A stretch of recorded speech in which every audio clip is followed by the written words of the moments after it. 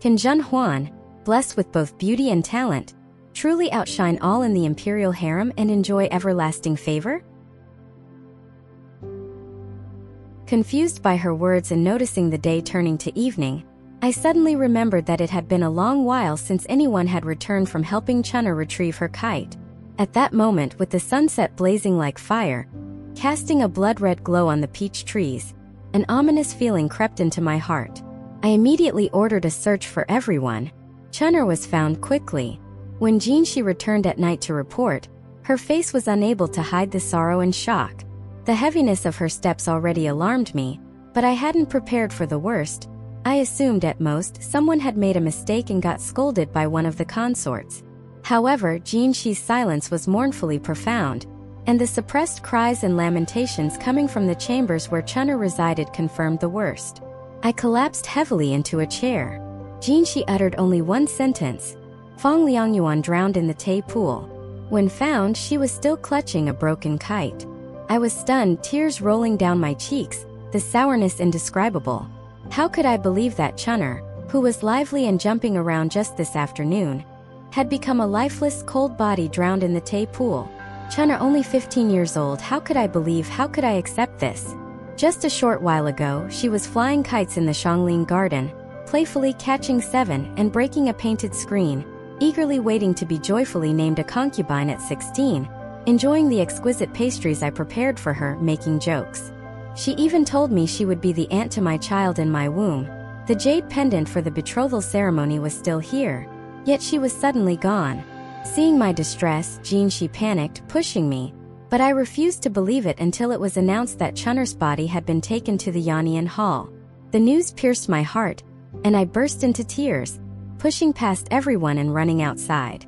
Zhen couldn't stop me and called for help. I rushed to the hall's entrance where Xiao Yunzi knelt to block my way, his face pale with urgency. Empress, you must not go. The emperor said you, being pregnant, should not see this. That's why she was taken to Yannian Hall, Empress. As Zhen caught up, desperately clinging to my legs, she cried, Empress, please reconsider. Going there would only cause distress. Please think of the child in your womb. You truly must not see this. The night wind stung my eyes. Tear-streaked, I was escorted back to my chamber, silent but for the tears streaming down as I clutched the white jade pendant Chun'er had given me. Xianling, receiving the news, rushed to comfort me, forbidding me to go outside. He too was heartbroken, endlessly lamenting. I was tormented by guilt, regretting that I went out to fly kites with her and let her go retrieve the kite alone, with only eunuchs following at a distance. Left with no other choice, Xianling had the imperial physician administer a sedative to calm me. Xianling promised to honor Chun'er with utmost grief, posthumously naming her a concubine and ordering her funeral to be conducted with the rites due to a noble concubine. Forcing myself to calm down despite Xianling's dissuasion, I went to Yannian Hall to keep vigil for Chun'er. Inside the dimly lit hall, white mourning banners fluttered, the scent of incense pervasively solemn, and even the bright candlelight seemed to carry an ominous air. Chun'er's palace maids wept grievously on the ground, burning ritual paper money for her, while concubines of lower rank than Chun'er sobbed quietly, their cries barely audible. The sight of the white mourning canopy immediately brought tears to my eyes. Accepting the incense sticks with sorrow, I gestured to the few concubines. You must all be tired, you may leave now. They were not close to Chun'er, and some harbored jealousy and resentment towards her for her youth and favor. They were only keeping vigil as a duty and were eager to leave. Hearing my words, they paid their respects and dispersed like birds. Chun'er's body lay within the mourning tent, her features, swollen from being submerged, showed no signs of distress, as if she were merely sleeping peacefully. Overwhelmed by grief, I sobbed into a handkerchief.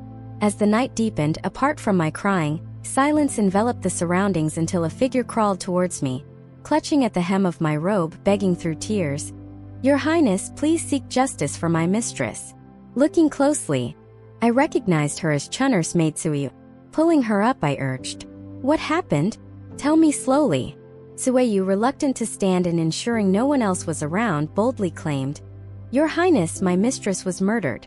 The suddenness of Chun'er's death had already seeded great doubt in my mind. I cautioned Suiyu, These are serious accusations. Sueyu's eyes widened with suppressed grief and anger. After bowing deeply twice, she insisted. My mistress grew up by the lake and was an excellent swimmer. She could not have drowned. I firmly believe her death was suspicious.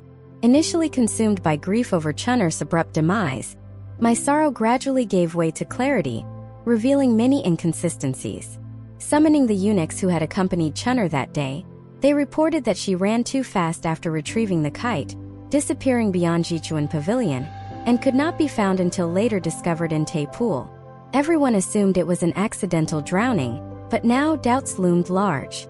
I suddenly remembered the cryptic warning from Jieyu Chao, the flickering candlelight sending a shiver down my spine. She knew something. Perhaps, her appearance in Shangling Garden was merely to delay me from noticing Chun'er's prolonged absence. Fury surged within me, realizing it was a diversion. Yet I also knew confronting Jieyu Chao would yield nothing. Suppressing the raging hatred, I asked Tuyu, "Do you have any evidence?" Her eyes reddened instantly, her frustration palpable as she gritted her teeth. "No." My heart sank, sinking further into despair and indignation for Chun'er. At just 15, she should have been carefree and joyful under her parents' watch, like a budding flower. I remained silent for a long while, struggling to suppress the turmoil of grief and hatred within me. Helping Sueyu to her feet, I took a deep breath and said, "Without evidence, we must not make unfounded claims. For now, come and serve in my palace, and we shall wait for the right moment." Sueyu, tears unspoken, had no choice but to acquiesce. Outside the hall, the deep night was an endless darkness. Not even the half-moon could illuminate the heavy night and the sorrow of loss. The vast imperial harem was as quiet as a grave, carrying the bone-chilling coldness of countless aggrieved souls. Even the two ever-burning lamps outside Yannian Hall seemed like ghostly fires, the restless eyes of spirits.